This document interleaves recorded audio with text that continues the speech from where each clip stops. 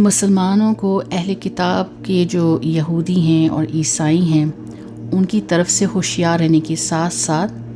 اللہ تعالیٰ نے مسلمانوں کو اپنے فرائض پر عمل کرنے کا اور اس پر رہنے کی تلقین بھی فرمائی ہے کہ نماز کو قائم کرو، زکوٰۃ ادا کرتے رہو، تمہاری طاقت انہی 2 چیزوں میں ہے، انہیں مضبوطی سے تھام لو، کیونکہ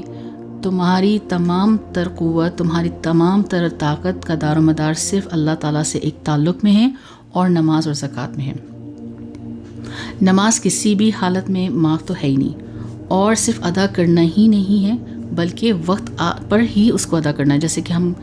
اپنی نمازوں کو کہ میں دیر کر دیتے ہیں تو اس پر یہ ہے کہ نماز کو پڑھنا ہی نہیں ہے بلکہ اس کو اس کے مقررہ وقت پر پڑھنا ہے، اور اگر صاحب نصاب ہو تو پھر زکوٰۃ ادا کرو، کیونکہ زکوٰۃ مال کو پاک کرتا ہے، تو اسے کبھی بھی نظر انداز نہ کرنا۔ اور ایک اور بات کہ یہ جو غیر مسلم ہوتے ہیں خواہ کہیں کے بھی ہوں، یہ مٹیریلسٹ ہوتے ہیں، جتنے بھی غیر مسلم ہوتے ہیں، یہودی ہوں، کافر ہوں، کوئی بھی ہوں، عیسائی ہو، کوئی بھی ہو،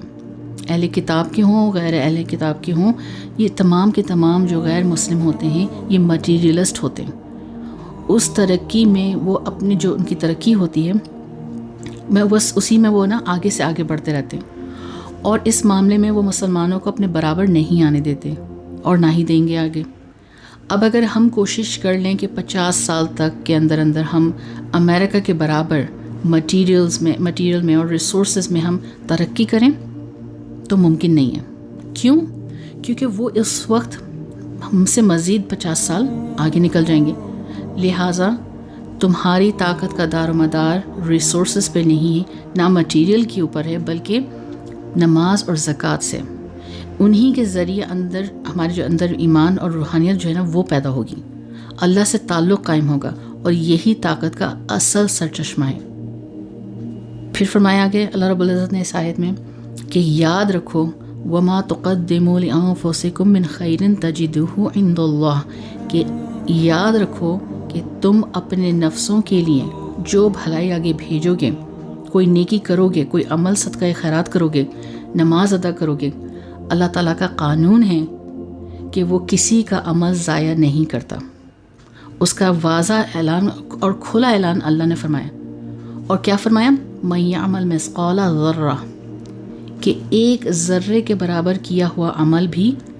ضائع نہیں ہوگا، بلکہ انسان ہر اچھا ہر برا عمل قیامت کے دن دیکھ لے گا۔ یہاں بھی فرما دیا کہ جو کچھ تم عمل کے ذریعے تم آگے بھیجو گے اسے اللہ کے پاس پالو گے۔ ان اللہ بما تعملون بصیر، کہ اللہ تعالیٰ تمہارے ہر عمل کو دیکھ رہا ہے، کوئی چیز اس کی نظر سے چھپی ہوئی نہیں ہے،